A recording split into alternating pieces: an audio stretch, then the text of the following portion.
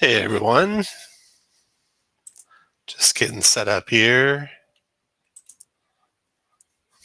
If you're in the chat, give me a thumbs up if you can hear me. I just want to make sure I got everything set up correctly before I launch into looking at the draw steel stuff.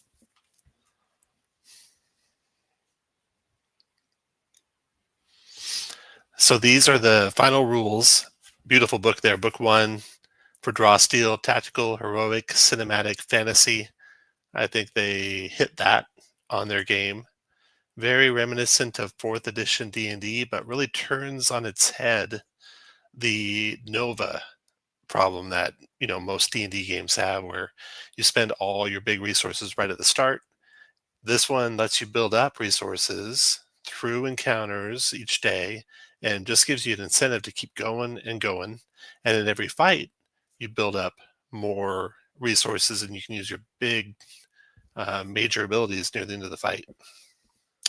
All right, so I've been playing Draw Steel since the first, I think, Patreon playtest, which was, gosh, a year and a half ago now? Was that long ago? It was a while ago. It was back when it was like 2d6 or 2d8 for damage, no power roll. And then I think the next playtest that came out was the power roll, and we did that one. Hey, Hans, thanks for joining. Can you hear me okay? Give me a thumbs up if you can hear me okay. Anyone in the chat? So, hey, Simon, thanks for joining. You guys hear me okay? Can you give me a thumbs up, Simon, if you hear me okay? Sounds good. Okay, awesome. So I've been playing since the first play tests, and I have not played the final released version yet. So I'm just getting my Roll20 game set up and get ready to go and make sure all the macros are correct. And that'll give me a good chance to really dig through the rules and see what the final form of the rules are. And we can kind of all ask questions and look at what they got there. So I have these macros over on the left side of my screen here is Roll20. And I have these different macros along the bottom that I use for like quick reference while I'm playing a game.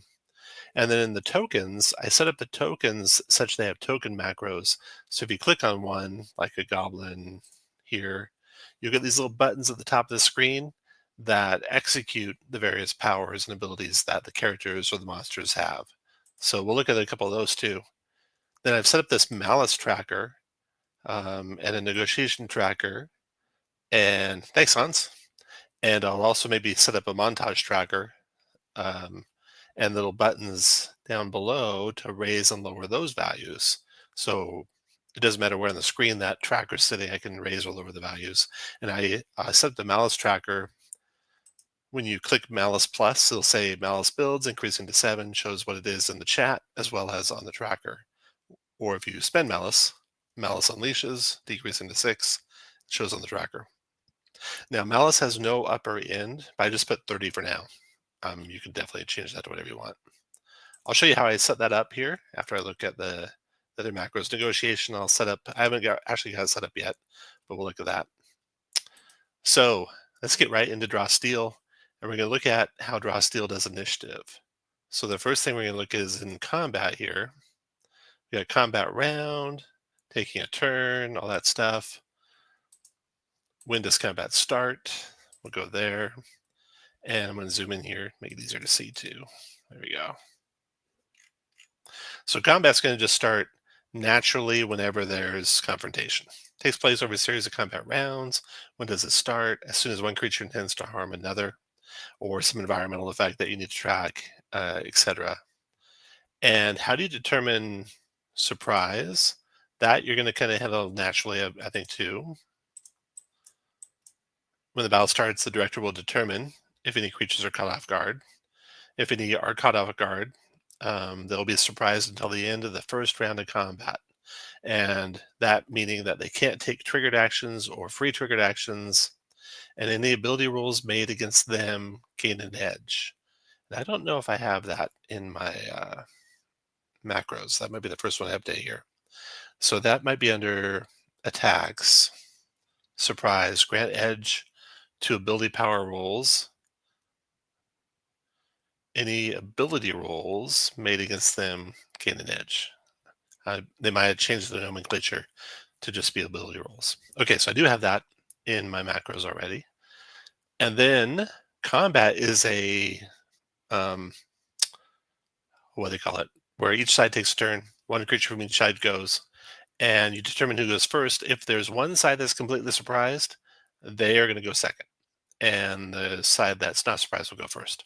But if any members of either side are not surprised, then you're just going to roll a d10 right here. And on a 6 or higher, the players determine who goes first.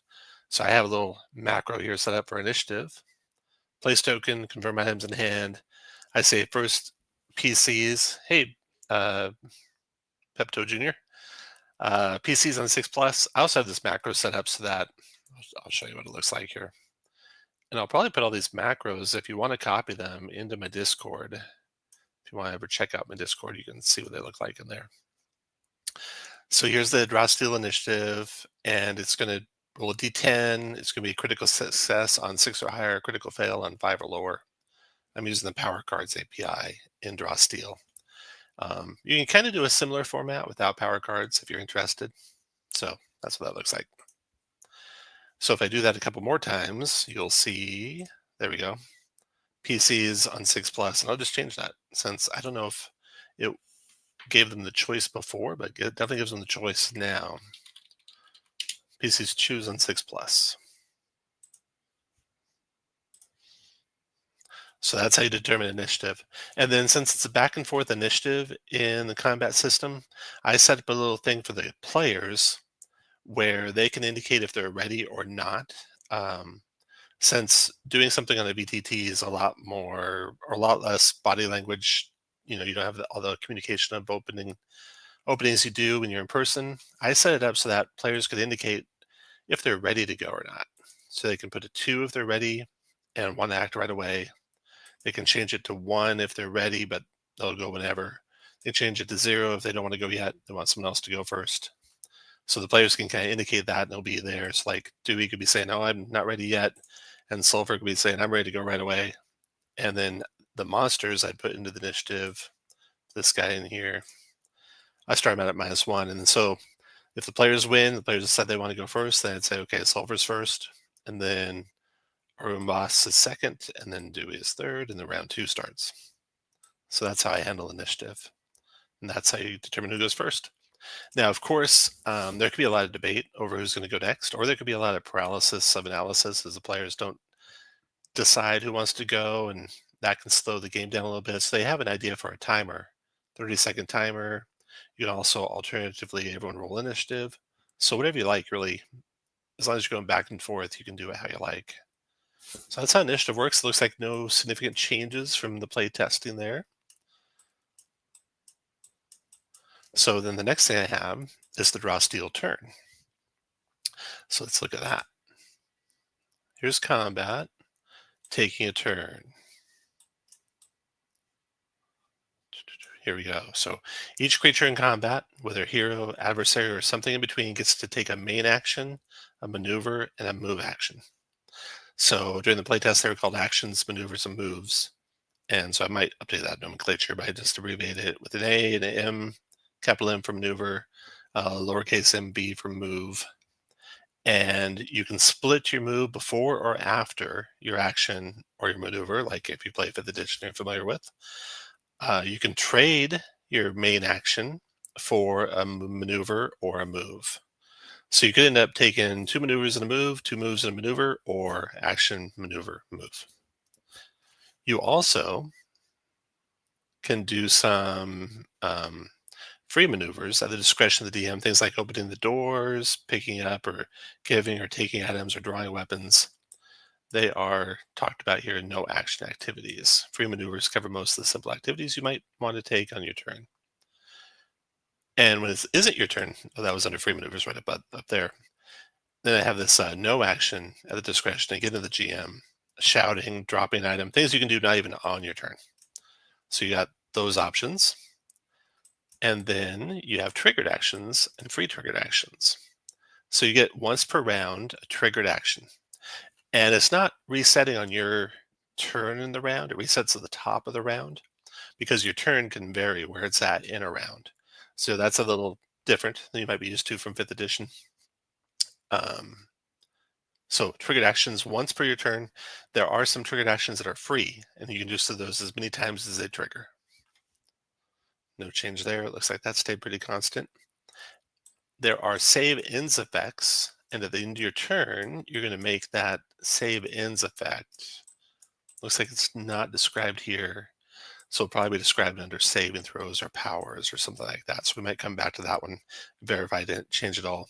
If it's like it was before, you're going to roll for each of the save ends effects you have on your character, and on a 6 or higher on a d10, they'll end. So like for sulfur here, I have that set up. Save on 6 plus. So then it's turn for every save ends effect, announce which one they're saving for, and then roll your d10. So that is the turn in Draw Steal. If you guys have any questions as I'm going through, if you want to see the other pages or any other details, just let me know in the questions. I am trying to give away a copy of Ghosts of Dragonspear Castle. This is from when they ran the playtesting for 5th edition, before they even had bonus actions, so it was just action move economy. They did have swift actions. Some of their spells were swift, which meant you could do them while you did another action. Anyway, I have a copy of that. I'm trying to give away. If I get 7 more super chats, I'll give that away to one of those super chatters. Upcoming games, I'm going to be playing the d20play RPG Dragon Delves 2 tomorrow. We're playing through the Dragon Delves adventures from the coast. They're pretty cool, pretty little small self-contained adventures. Playing my RPG for that. Okay. Back to comments. Now, on your turn, so you got actions, maneuvers, and moves. And I think it appears in the book in the reverse order of the way I have it here in these macros. So let's look at moves first. You can split your move before or after your action and your maneuver in any way you want. And you can't exceed your speed with your movement. You can't cut corners. They have some good diagrams here. Can't cut corners with movement. Shifting is a careful form of movement that does not provoke attacks of opportunities. And some rules will let you shift a certain number of squares. An early rule was you could shift at half speed, but that's no longer the rule. There'll be some types of things that let you shift. Movement types. So you can climb, swim, jump, crawl, fly, teleport. You can dig. There's some detail here about burrowing, which is kind of new in detail. I don't have this in the macros yet. Hi, Dice Society. Thanks for joining. So I'll add that to a macro. Burrowing forced movement. This game has so much amazing forced movement. That's one thing 4th edition didn't really address. They had pushing and pulling and sliding, but they didn't address what happened when you hit things very well, or when you push someone through a thing. And this game does that in spades. So it's pretty cool in that regard. So there's movement. Now we come to climbing. So here's some stuff. So climb on a creature. It is going to be a might or an agility power roll, or a test. Make the following test, yeah. And I messed around with how I show this nomenclature. Sometimes on some of these things, I should just show the tiers, tier 1, tier 2, tier 3. And it's easy to remember when you get to tier 2 or get to tier 3 because they're the 2-digit numbers that look the same, 12 and 17. So if you can remember that, you can pretty much remember where tier 2 starts, where tier 3 starts, 12 and 17. So let's see if this changed at all. You're making a might or agility power roll. If the creature you're climbing on is unwilling, and that is going to be, you'll fail on 11 or less, and they can make a free strike against you. On a 12 plus, you will fail, and on a 17 plus, you'll succeed. So that's no change. Climbing should be each square of climbing or swimming costs 2 squares of movement. So that's the same. I have climb plus 1 square and swim. So say plus 5 feet. Let's change that while I'm here. So that's the other thing with Draw Steal. Everything is in squares. Everything's considered on the grid in squares. So plus 1 per 1. Blue check default. And I'll save that. Most of the rest of those are saying squares. Yeah. Okay. Now, A creature can try and knock you off. While you're climbing on a creature or riding on a creature, you gain an edge on melee attacks against them. Let's see if I have that covered in attacks. Climbing, riding creature, edge, melee ability versus it. And the edge on melee abilities used against them. Perfect. Okay, so that didn't change. They have it like every every rule covered in this game. It's very thorough in the details. Now, for them to knock you off while you climb around a creature and an edge, the creature can use a maneuver. So that's going to be under maneuvers. And it's going to be there we go, knock off. So they can make a might or ability power roll, rolling 2d10, adding your might or your agility. And if you roll 11 or less, oh, it's sorry, okay. So you can use a maneuver to force the person riding you to make a test or fall off, knock you out, forcing you to make the following test.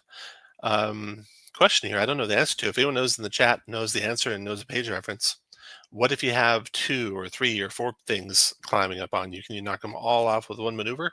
Or is it one maneuver per creature? So the creature that you try to knock off, they got to make a power roll test. And if they roll too low, they're going to fall off. In a vacant space adjacent that they choose, they'll take falling damage and be prone. Adjacent space they choose, taking falling damage and landing prone as usual. Yeah.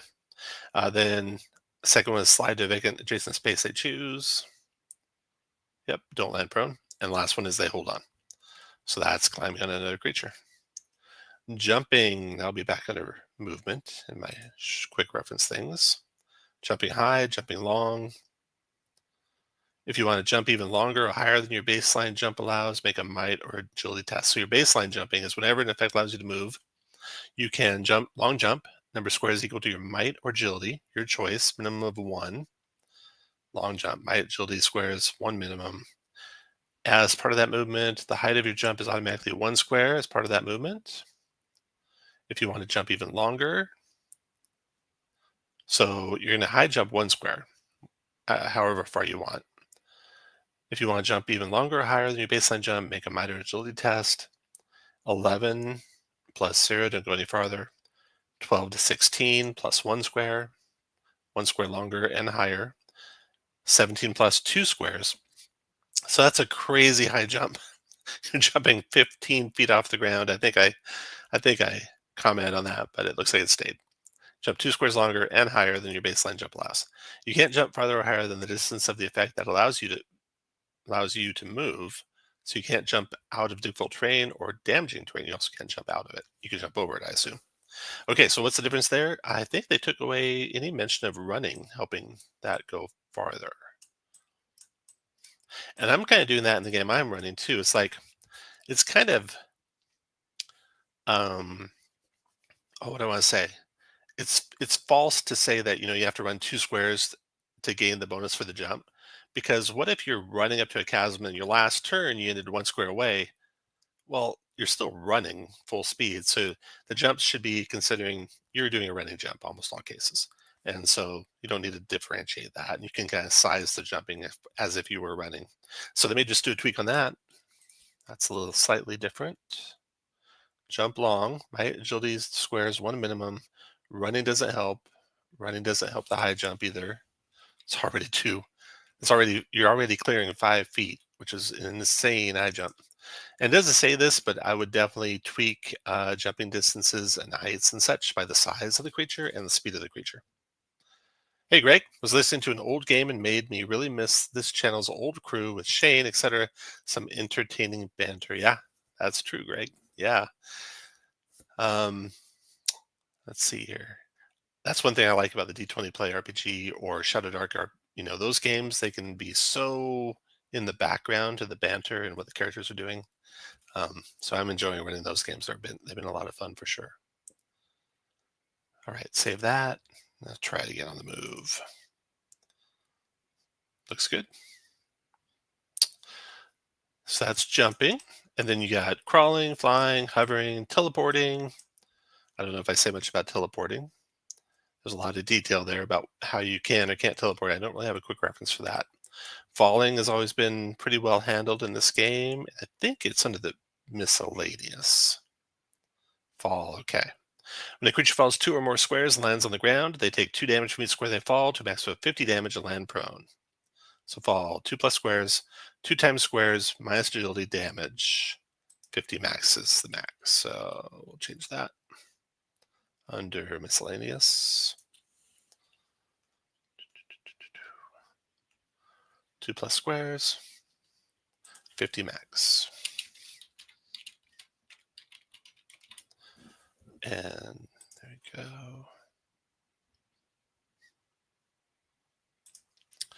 So let's see if anything else changed there. Creature falls can reduce the effective height of the fall by a number of squares equal to their agility score to a minimum of 0. So your fall is going to be squares minus agility, right? And then for every square that's left, you take 2 damage. So that equates to right 2 times squares minus agility to a maximum of 50 damage. Fall into liquid that is 1 square or more deep reduces the effective height of the fall by 4 squares, minimum of 0. Into water, if 1 plus deep, fall 4 squares. Yeah. Onto creature. So you're going to fall on a creature. You're going to the same damage as you take. You land prone in the nearest vacant space. If your weight is greater than the creature's might, it's also prone. Do they still have that detail in the game? Falling onto another creature.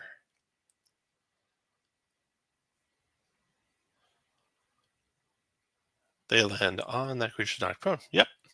And then fall 100 squares. And so that's like 500 feet. I think, what's terminal velocity? Is it around 600 feet? So that's a good approximation.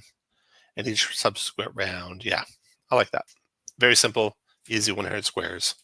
That's good. Difficult terrain causes an extra square movement. Damaging terrain causes damage. Remember, you cannot jump out of them. That'd be something I should add to the jump rules that I have here. Can't jump out of difficult terrain.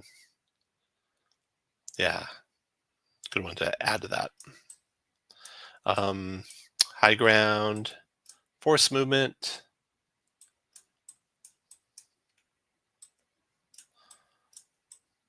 Slamming into creatures. So this shows how simple the rules work for slamming into creatures. You saw what it did for damage. If you fall, they're going to take as much damage as you take when you fall. If you force move a creature into another creature, the movement ends and both creatures take 1 damage for each square remaining in the first creature's force movement.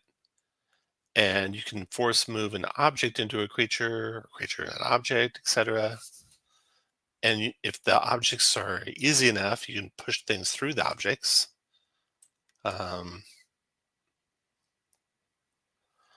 Possible move a creature or object of large size into several creatures of smaller size. When this happens, the large creature in the collision takes damage only once, not once for each smaller creature. Slamming into creatures, that's good. Let's see if they have objects here. Yeah, slamming into objects. 3 damage for a square of wood, 6 damage for a square of stone, 9 damage for a square of metal to destroy that square and keep on moving. And I guess you would reduce the number of squares by how much damage you took. The movement ends and the target takes 2 damage plus 1 damage for each square remaining in their forced movement. Okay, wow. To a station that is their size or larger than it doesn't break, ends and takes 2 plus 1 for each square remaining. If you force move a creature downward into an object that doesn't break, they also take falling damage, as if they had fallen. I guess it's director's discretion that you can knock people through an object. Sturdy objects can take damage as follows. Okay, here's hurling through objects. When you move a creature into a mundane object, the object can break. Depending on how many squares of force movement remain, the cost of being slammed into an object is tied to the damage the target takes for being hurled through it. So glass is 1. Wood is 3. So the damage has gone up a little bit. It looks like. Force move, 1 damage per square remaining to all. Breakthrough, I had glass at 1, wood at 3, stone at 6, metal at 9. So that all makes sense. The difference here is that it added 2 damage that they added. When a creature or force moves a target stationary object, movement ends when the target takes 2 damage plus 1 damage for each square remaining of their force movement. So when you go into another creature, it's 1 damage per square remaining. When you go into an object, it's 2 plus 1 per square. So let's update that under miscellaneous. Force move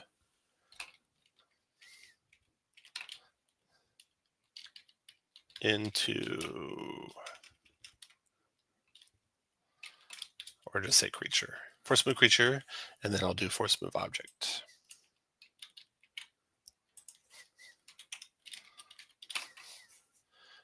That'll be 2 plus 1. And then shorthand this so it all fits on one line, and save that. And there we go. Force move into a creature, 1 per square, 2 plus 1 per square. Cost 1 remaining square for destroy 1 square. Okay, perfect. That is a slight tweak on the rule there.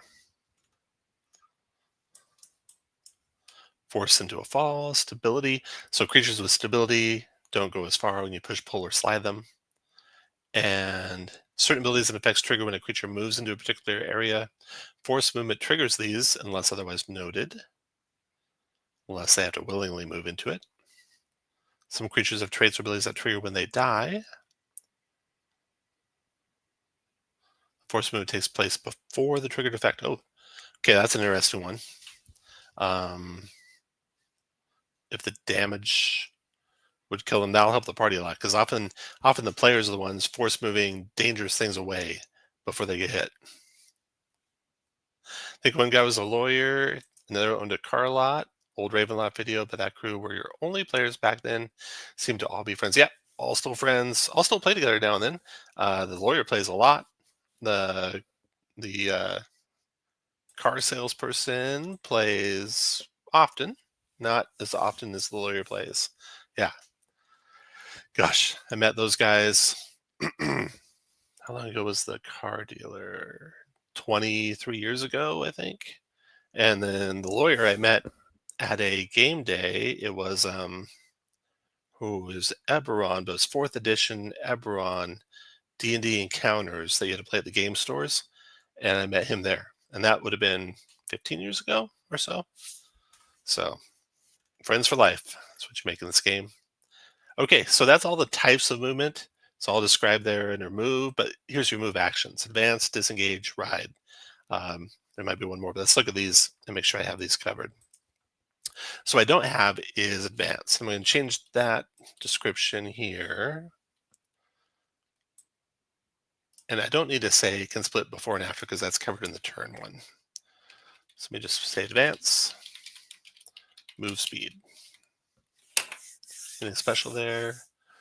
And then you can break it up. Can split. I'll just say that. There we go. Test that. So we have advance there. Climb we got covered. Crawling we got covered. Difficult terrain. Disengaging. Okay. When a creature takes a disengage move action, they can shift. That's the form of movement that does not provoke attacks of opportunity. 1 square. Some class features, some kits, some other rules allow them to shift more than 1 square. A creature who does so can break up their shift with their maneuver and main action however they wish. Okay. All right, so that's disengage right there. Dropping prone is free in the movement. Flying, we'll see if they cover flying. Did they cover flying before? Yeah, let's look at that.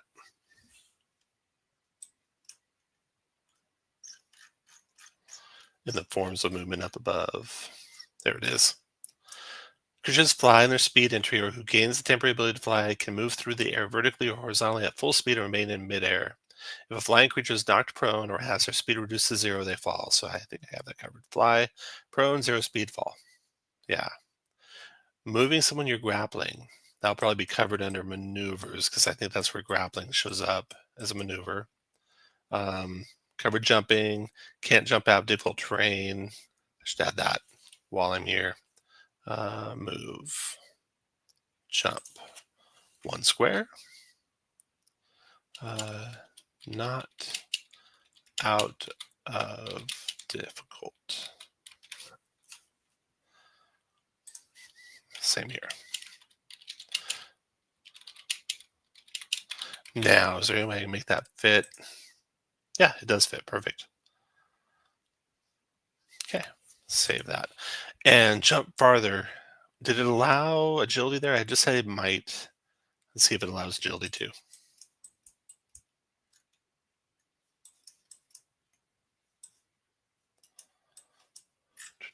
I need to turn off. Cannot scroll. There we go.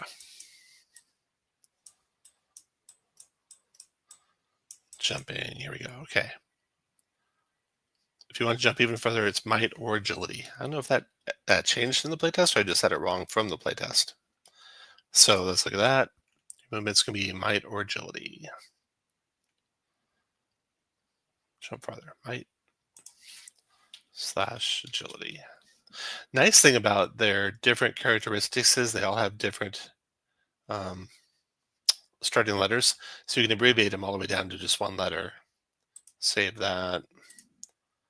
Now it's my or agility test. And let's look at the characters. So Sulfur, for example, a 10th level sorcerer, I think. I don't recall exactly what he was, but agility +2. So if I wanted to do a test, see if he could jump even further.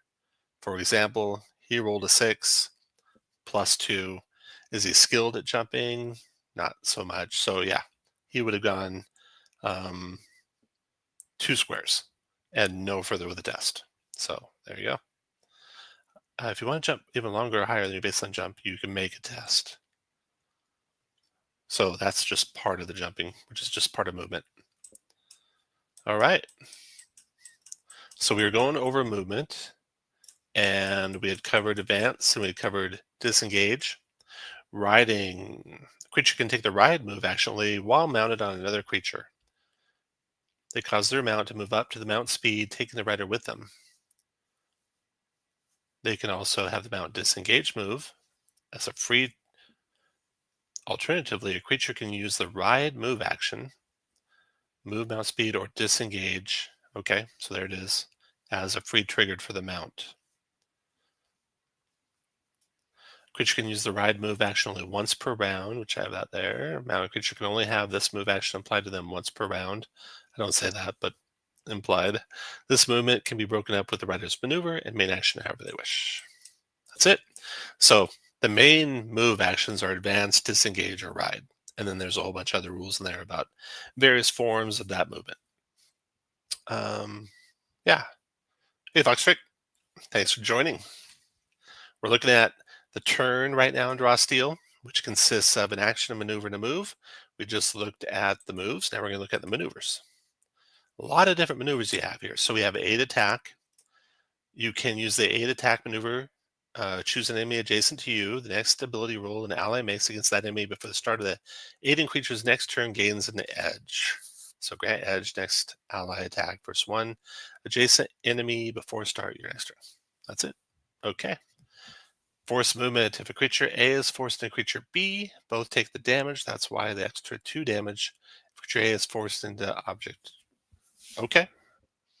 Interesting. Very good. Okay, so catch breath. Characters in this game have recoveries, which they can spend to get back. For example, for Sulfur, Sulfur has a stamina of 99, and every time Sulfur were to spend a recovery, they'd get back 33 of their stamina. They have 8 recoveries that they can spend. This is a 10th level character, as an example. Your recovery value is 1/3 of your stamina. You're winded at 1/2 of your stamina. You're dead at negative your winded value. Between 0 and negative your winded value, we'll get into what happens there, but you don't perform at your best. So catching breath. A creature who uses the catch breath maneuver spends a recovery and regains stamina equal to the recovery value. Creature who's dying, that's when you're between 0 and minus your winded, can't use the catch breath maneuver, but other creatures can help them spend recoveries in other ways. Okay, so that's that. Spend a recovery. You can use a maneuver to escape a grab. You're going to make a might or agility power roll. Might or agility. Uh, it's called a power roll here, not called a test. So I should probably change that to say power roll because there's probably things that Mario, yeah, there's probably things that work off of it, except for it's Mario, right? I wish presidents to start with an O. Yeah, right. All right. Because there's things that you got to be specific about when it's power rolls or when it's tests, I think. So this one's under maneuvers. Oops, not moves. Maneuvers. Thinking I'll put these macros all up on my Discord. So escape grab. Might agility power roll. Bane if you're smaller. In fact, you take a Bane on this maneuver if your size is smaller than the size of the creature, object, or effect that has you grabbed. So I'll save that. And maneuver. Yeah, Bane if you're smaller. So you roll low, you fail. You're still grabbed. You roll 12 plus, tier 2. You can escape the grab. If you do, though, the creature who has you grabbed can make a melee free strike against you before you are no longer grabbed. So melee free strike first. And then tier 3 or higher, you're no longer grabbed. So that's his escape grab maneuver. The grab maneuver, if you want to grab someone adjacent to you, it is a melee 1 distance. So grab melee 1. It is a might test. It's a might power roll, actually. So let's update that.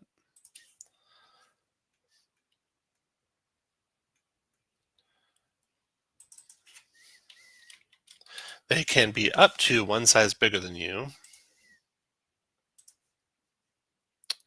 Maneuver 1 creature. You can usually target only creatures of your size or smaller.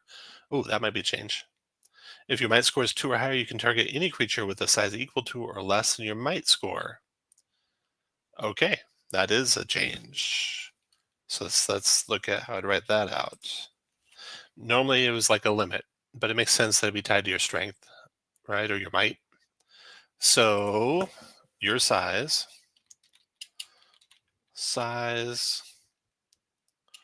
or your might, or size equal to your might. Your size or up to your might size. Try that. Or your might in size. Unless that was indicated, a creature can grab only one creature at a time. Nothing about having the edge if you're bigger. That used to be a thing for sure. Not a thing anymore. No effect. Yeah, I don't see anything about getting an edge if you're bigger anymore. Okay, so that's new. My melee 1 might power roll your size or your might in size. No edge for you being larger. You're gonna make the check. If you roll tier 1, you just fail. Tier 2, you can grab them, but they get a melee first strike first. And tier 3, you grab them. Grabbed by you. Yeah, let's test that. That looks good. Save changes. Hey, Greg, I remember really wanting games that had rules for everything. Hearing all this makes me appreciate new school RPGs. That is definitely a takeaway that I feel a little bit. I definitely like and gravitate towards Shadow Dark. My d20play RPG that I'm working on is very straightforward, although I put in a little bit more rules in it than Shadow Dark had, but not much. Not much for sure. And the nice thing about those games is there's just like a 1DC, so you don't have to remember all the details. That's why putting all this stuff into these macro things helps you just at a click of a button. How does grab work again? Oh yeah, you make a might power roll, go to roll, and they can't be bigger than your size or your might in size for you to do it. So that's that. That's grabbing. Hiding. Use the hide maneuver. A creature attempts to hide from other creatures who aren't observing them while they cover concealment. Hide when not seen. Edge attack. Reveal self. No more detail there. Maybe that'll be more later on. So you can knock back someone. You just push someone right from you. So that's just a might power roll. And it's Probably your size, same as the change they made to the grab. You can push them 1, 2, or 3 for the tier 1, 2, and 3 results. So I can't shorthand it in one line that way. So let's modify that one to match. Grab. My power roll, your size, boom. So knockback, basically the same thing. Test that. Boom. Save that.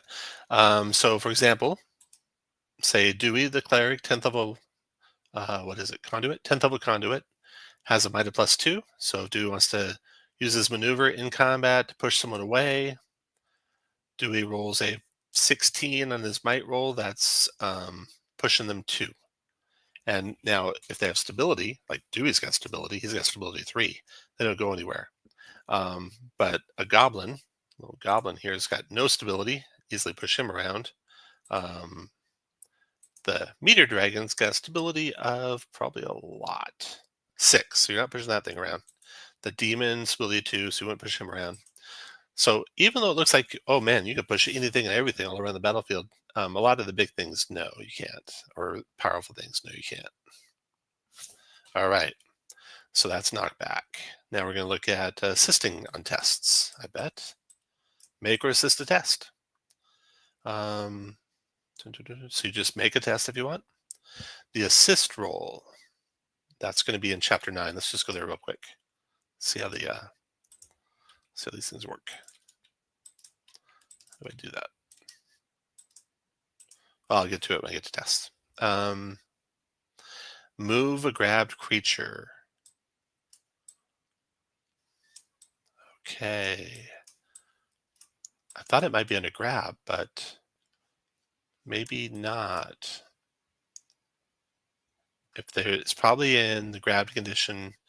Chapter 5 classes see conditions. Okay, let's go look at that. You can come up here to class. Abilities, probably under abilities. Conditions, there we go. Grabbed,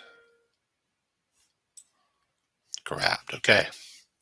Speed of 0, can't be forced to move except by the thing that has you grabbed.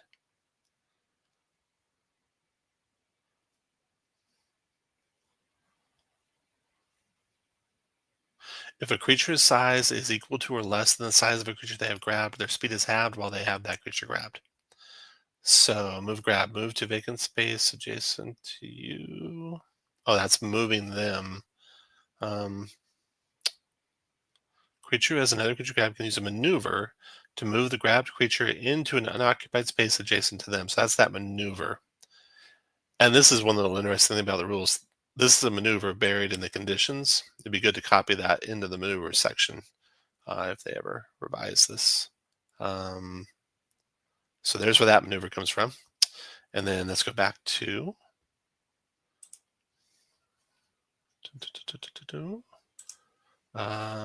we were in combat and we were doing search. We do maneuvers.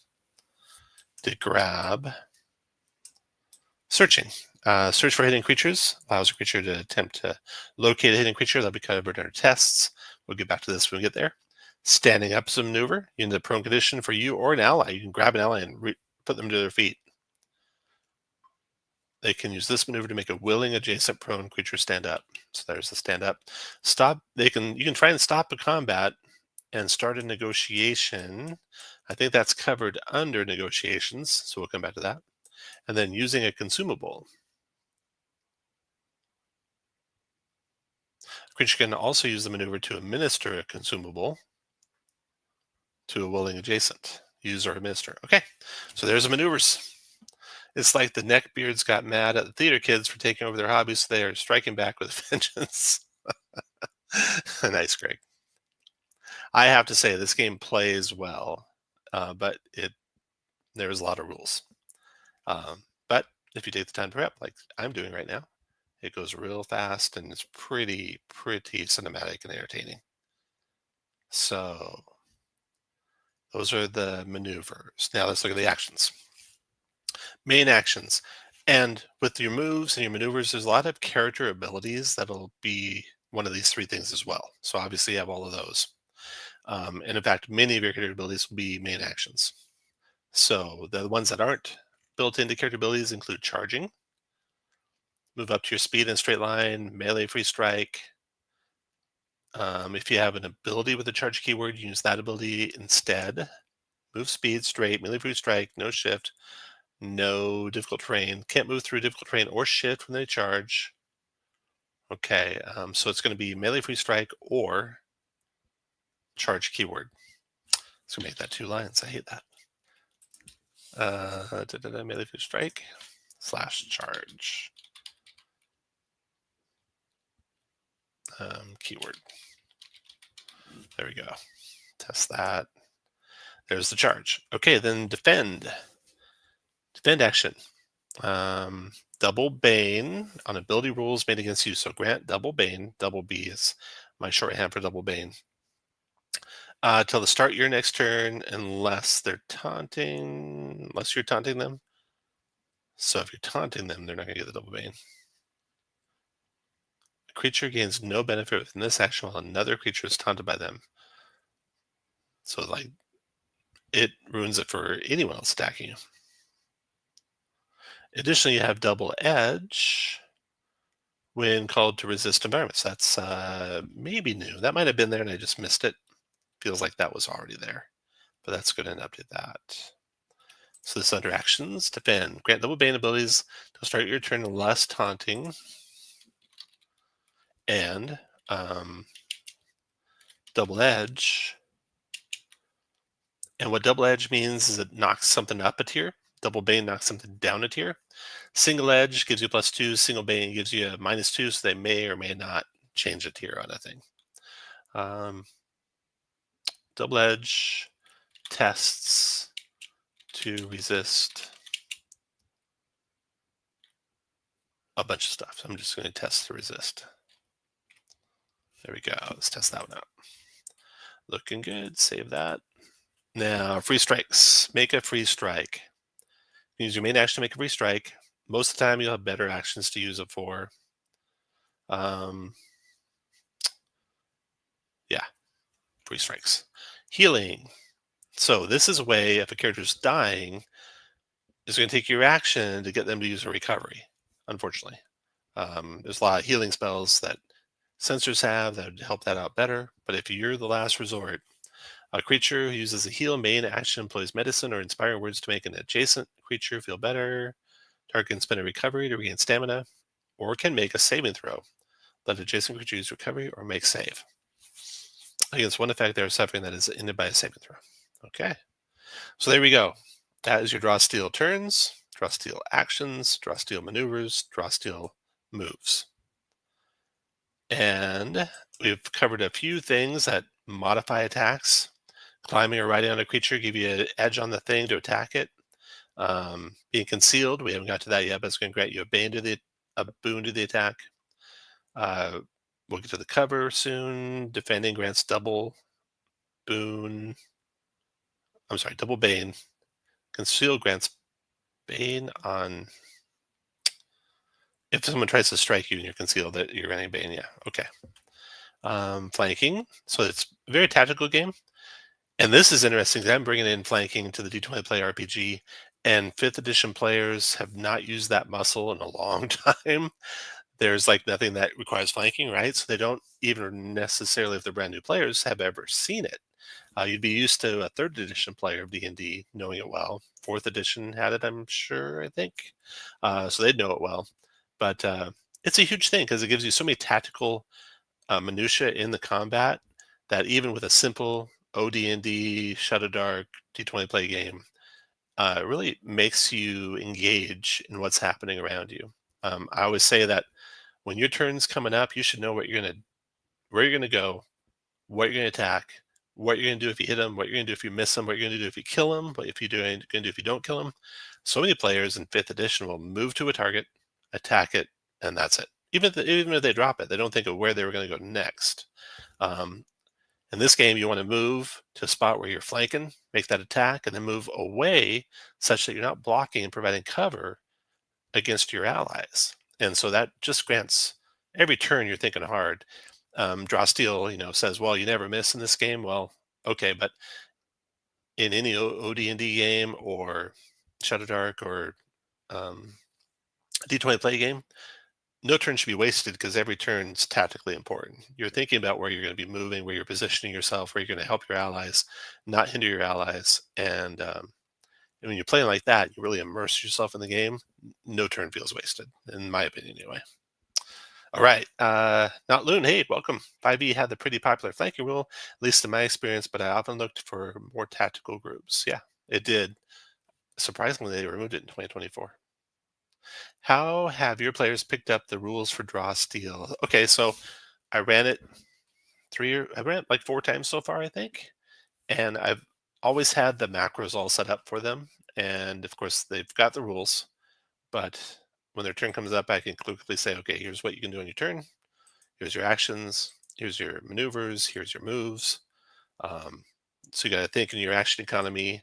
I've got a action I get to use, a maneuver I get to use, move I get to use. I can trade that action for one maneuver or a move if I don't want to do an action. Um, and then of course players are thinking. I tell them, okay, so you're going to get to alternate with the enemies during a round of combat. So start out indicating you're not ready to go and plan out your turn. And as soon as you have a turn ready, you know what you're going to do, then step up and say, well, I'm ready to go whenever, initiative 1, or I want to do this right away, initiative 2. And that gets the players kind of committing to when they're ready, they step forward, which is good, and makes them plan right away at the start of a round, which is good. So that's a good thing. I don't like the any kind of Mother May I initiative system where there's group debate on every turn. But you don't have to do that with this system. You can overrule it. That's why I really don't like the Daggerheart initiative system, which is completely Mother May I. Um, I think Jonathan Tweet was really correct when he did um, set initiative. It's the fastest way. And if you think about a combat turn being 6 seconds long, you don't have time to debate. When your turn comes up, you go and you prep for when your turn comes up. So, sorry, up on my soapbox all the time. Yeah, even Critical Role used flanking, if I recall correctly. Yeah, definitely a good rule. I love it.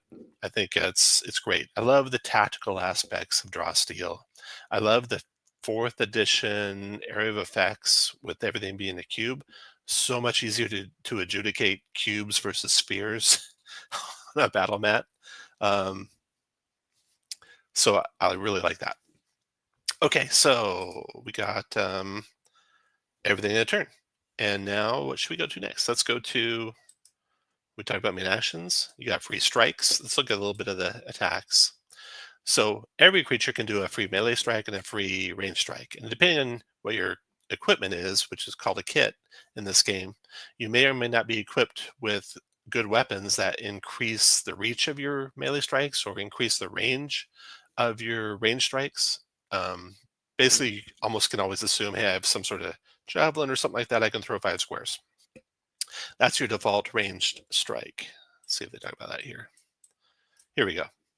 Your default melee is melee 1, your default ranged is ranged 5. And they do a little bit of damage. Use your might or agility, but these will be eclipsed almost always by your main abilities for your class. And your kits, whatever equipment you're kitted out with, will make these better usually as well. So from there, they talk about opportunity attacks. It's only when you shift away or move away. If you shift away, you're safe. If you move away is when you'll provoke. Let's see if it says that. Whenever a creature has an enemy adjacent to them and the enemy willingly moves to a space that isn't adjacent to the creature without shifting. So you can circle each other well and easily, but as soon as you want to move away, you need to use that disengage or any other power that lets you shift, or you provoke an opportunity attack. Opportunity attack will be a free strike, so it'll go quick. Make a melee free strike against enemy as a free triggered action. If the creature has a Bane or double Bane on the power roll against the enemy, they can't make an opportunity attack. So that's how you'd handle an enemy that's concealed, like with invisibility. So let's see here. Do I have that in my rules anywhere? Opportunity attacks. That's kind of a minutia, knowing that if you have the Bane, you don't get it. Attacks. Defending, flank, opportunity attacks. Adjacent creature move to not adjacent. Melee free strike. No if Bane, double Bane. Okay, so I got that covered under attacks. There we go. Pretty nice. Flanking. What you're used to from 3rd edition and 4th edition, how flanking works. They do have to have the chance to make triggered actions to count in the flank. You must have line of effect to the enemy and be able to take triggered actions to gain or grant the flanking benefit. So if they're dazed or they're surprised or something like that, they don't get the flanking. These guys are flanking. These guys are not flanking. You have to be adjacent for it to count as flanking. Cover. Cover does not use the 3rd edition version of cover, which is kind of falling by the wayside because there's not a lot of discussion of it. I liked it. The 3rd edition and 4th edition versions of cover in D&D is you pick one corner of your square and you draw a line to every corner of your target. And if 2 or more of those lines, or if 1 or more of those lines go through cover, the target's got cover. If they're all blocked, the target, you can't see the target at all. This game seems to use kind of a little bit more GM adjudication and center of your square to center of the target square. It doesn't go beyond that in describing how cover works, so slight difference from what you might expect. Cover, half form blocked, grants Bane on damage ability. Okay, so let's see if that's how it says. When you have line of effect to a creature or object that the target has at least half their form blocked by a solid object, you take a Bane on damage dealing abilities used against the creatures or objects that have cover from you. So that's the same. So if you have an ability like Charm Person, you would not take a Bane on that roll. All right, that's cover. Concealment will give you grant Bane to strikes. STK is short for strikes. Let's see if it stays with those wording. Darkness, fog, invisibility, magic, and any other effect that fully obscures a creature or object grants some concealment. Even if you have line of effect, you can't see or otherwise observe them. You can target a creature or object with concealment using a strike, provided they aren't hidden. However, strikes against such targets take a Bane. Strikes is like, like you're striking someone, as opposed to an area of effect spell. Concealment would not affect an area of effect spell.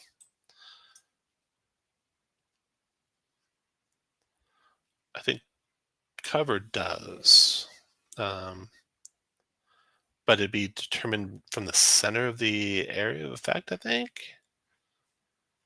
Take a Bane on damage dealing abilities using a creature objects you have cover from you. Maybe that's clarified somewhere, but it would seem to indicate that if I even did a fireball back here, since he has cover from me, I'd have a Bane on the damage. So, interesting. Okay, invisible creatures, damage types, damage immunities, damage weaknesses, all that good stuff. So, I covered most attacks. So good damage. So you're dead when your stamina is less than or equal to your negative winded value. You're dying when your stamina is 0 or less. You can't use the catch breath maneuver. You're considered to have the bleeding condition. Let's check and see if all those things stayed the same. Damage, immunity, stamina, recovery value. We talked about them a little bit. Winded, half your stamina value. You can tell when someone's winded and vice versa. Stamina 0 lower, you're dying.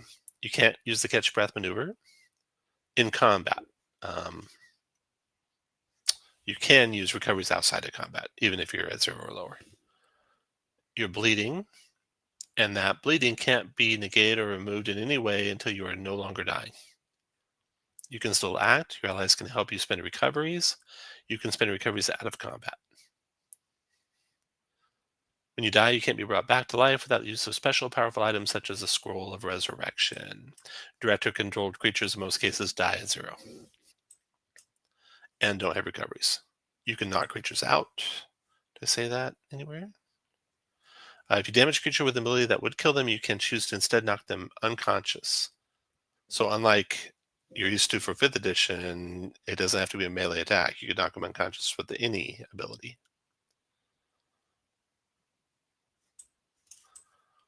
Temporary stamina, object stamina, okay.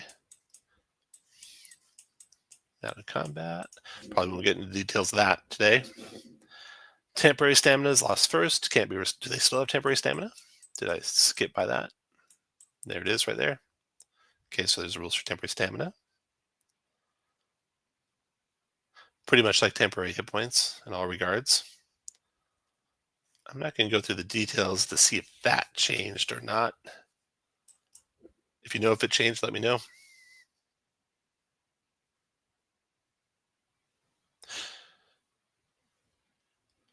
Dice Society, can you always use your movement to shift?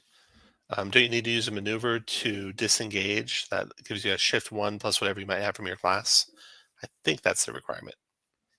It used to be in early playtests, you can use your movement to shift by spending double the normal cost, but I think that's gone. At least that's what it looks like to me. Okay. Miscellaneous rules. So I have a whole set of miscellaneous rules here. Edges are +2, like we said. Double edges give you +1 tier on any result. Bane are -2, double Bane -1 tier. Crits are a natural 19 through 20, automatically a tier 3 result. If it's on a power roll, that's where it matters if you're making power rolls versus tests. If it's a power roll, you're going to get an extra action. And let's just see if that's been unchanged. I bet that's going to sit under classes. So a lot of your abilities are sitting under classes, and how they work are under classes. Abilities. Critical hit. There we go. Under classes. I was right. So that's a little weird finding them there. Just be aware that a lot of the descriptions of how abilities work appear here. Critical hit. Okay. So 19 or 20 before adding your characteristic score or other modifiers is a crit. Critical hit allows you to immediately take an additional action after resolving the power roll, whether or not it's your turn, and even if you are dazed. So as long as it's a power roll, whatever that counts as a power roll gives you an extra action. You can't score a critical hit with an ability roll made as a maneuver or any other action type, but you can score a critical hit with a main action you use off your turn. An opportunity attack made as a triggered action or a signature ability used as a free triggered action with the assistance detected in strike now ability can be critical hits. Since you're using triggered abilities, not maneuvers. So maneuvers. Did I just change some maneuvers to say they have power rolls? Now they don't crit. Let's see.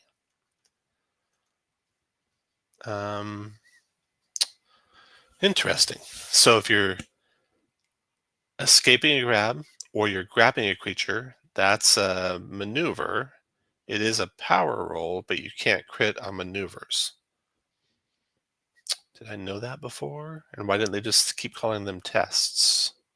Take a look at the rules. Disengage is a move action that allows you to shift 1 square.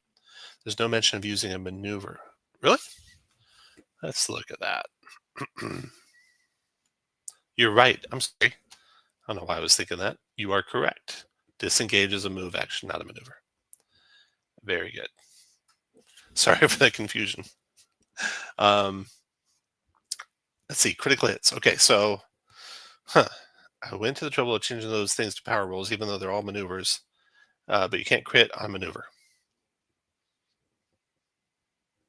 You can't score a critical hit with an ability roll. Oh, wait. Maybe you can, because now this is ability rolls, which are different than power rolls. You can't score a critical hit with an ability roll made as a maneuver or any other action type.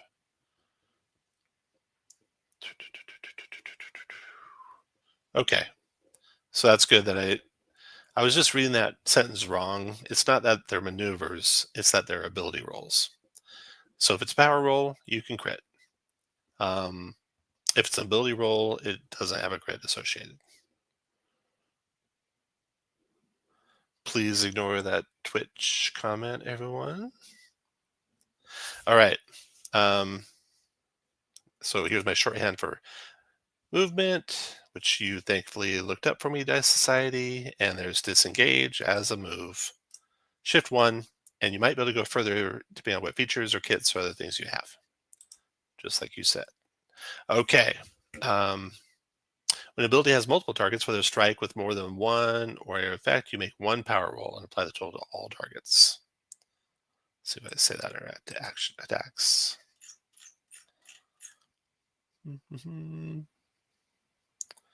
I don't. All right. We were looking at miscellaneous and criticals. So you have 3 different types of tests: easy, medium, and hard. And they will give you different results on the 3 different tiers. Succeed with consequence on easy, failure.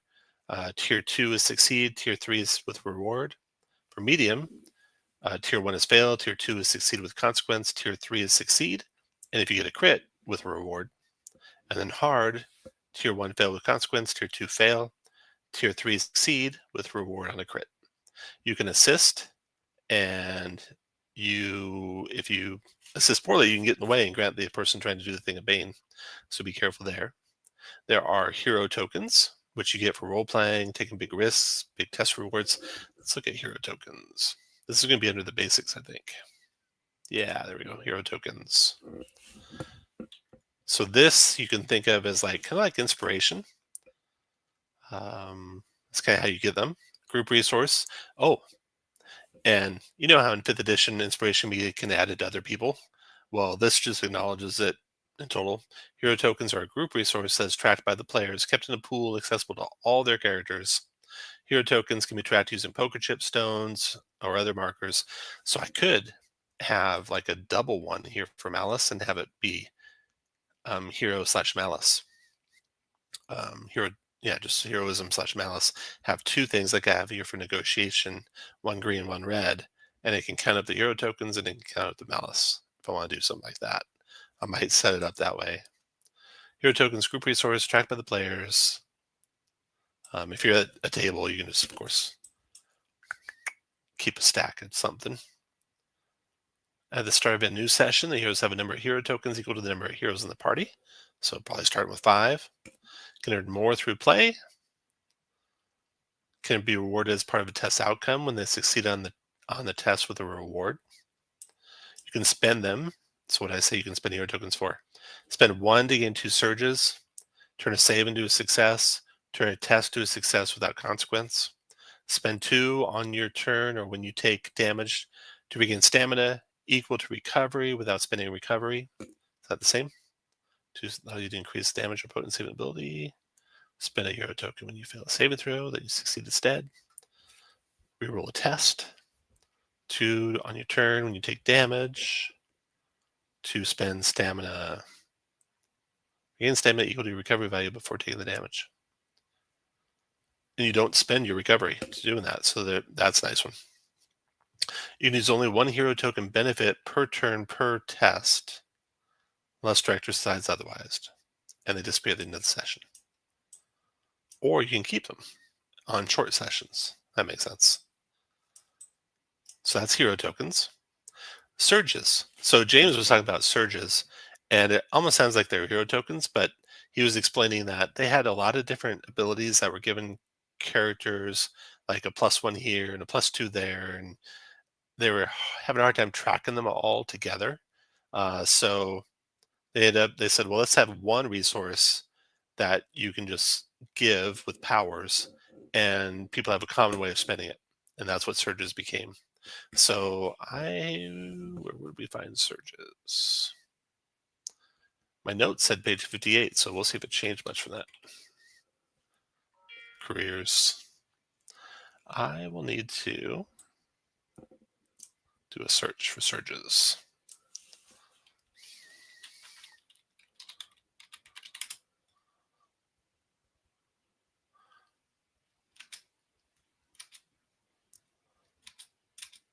See surges under classes.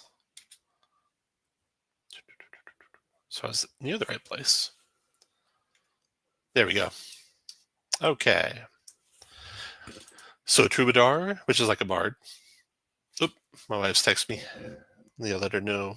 We'll wrap this up after we talk about the miscellaneous table. Then I'll do another live stream later to talk about montages, which I think are very cool, and talk about negotiations, which I think are really cool. And I'll probably do a dedicated video that you can look for just in how I would set up this malice tracker right here, where I can, have it where it's tells you what it builds to, tells you what you spend it on, and I can add the same buttons for hero tokens to it. So I'll do that. So let me text my wife real quick, and then we will continue on with the rest of the random stuff. Just a few. There we go. Okay, so surges. Troubadour, which is like a bard. A fury, which is like a barbarian, a shadow, etc. They can get better, granting them surges in battle. When you gain surges, you can keep track of them on your character sheet. Can be used in combat to deal extra damage to your foes, increase the value of your potencies. When you roll damage, you can spend up to 3 surges. So I say 1 to 3 to add your highest characteristic to the damage per surge. Deal extra damage to one creature or object targeted by the ability equal to your highest characteristic. There you go. When you target one or more creatures with an ability that has a potency, you can spend 2 surges to increase the potency by 1 for 1 target. You can't increase by more than 1, but you can spend more to get other targets. Let's see if I said the same thing here. +1 potency for 1 targeted creature. Yeah, I don't say you can. I don't say you can do more than 1, but I wouldn't allow that. So that's what you spend surges on.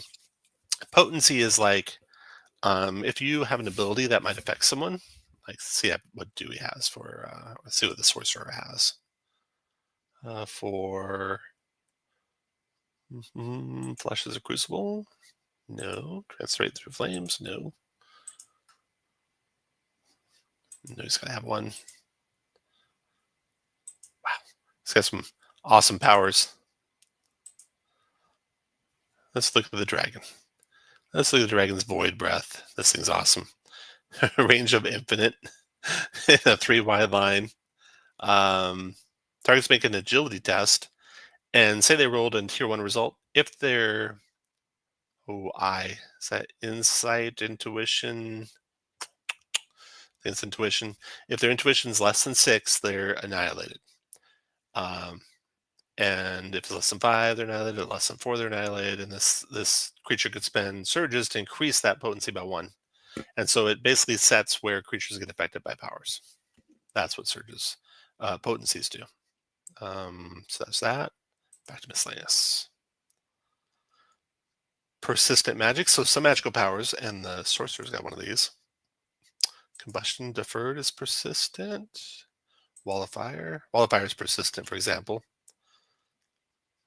And the other thing I'll do on a future live stream is update these characters and update some of the monsters. I'm going to get ready to run the what is it? Road to Broadhurst, which is like a convention style adventure. So I'll get these characters or these monsters ready for that adventure, and we'll see what changed there. I noticed a few little tweaks in their staminas from when I was doing the playtest. So back to miscellaneous. Persistent spells. Every round you spend some of your heroic resource to keep them going if you're a sorcerer. I keep saying sorcerer. Is that actually the class? I hope I'm right. Draw seal heroes. Classes. It might be elementalist. Yeah, it's elementalist. Sorry about that. You spend that heroic resource to keep these things going. And if you take damage, you may have to drop in time, take damage, you have to make a reason test. So you roll a reason test, and you can retain them, all of them. If you roll a tier 3, you lose all of them if you roll a tier 1. You lose one of them if you roll a tier 2. We already looked at falling. We already looked at forced movement. So that's all the miscellaneous stuff. Thanks for watching, guys. Foxtrick says ability to move, use maneuvers, move, then your action. I've seen some amazing tactics on player team ups to manipulate the battlefield. I have a video that's the Fall of Black Bottom highlights. Highly recommend go and check that out on my channel. Just do a search for Black Bottom highlights, and you'll just see how action packed this game can be with things flying around. It's a lot of fun. A lot of fun to play for sure. Thank you guys all for watching. I will stream again sometime, probably this weekend, as I finish getting ready. I'm going to do montages, negotiations, and get the monsters ready so I can run that adventure soon. Thanks for watching, guys. I will see you all later.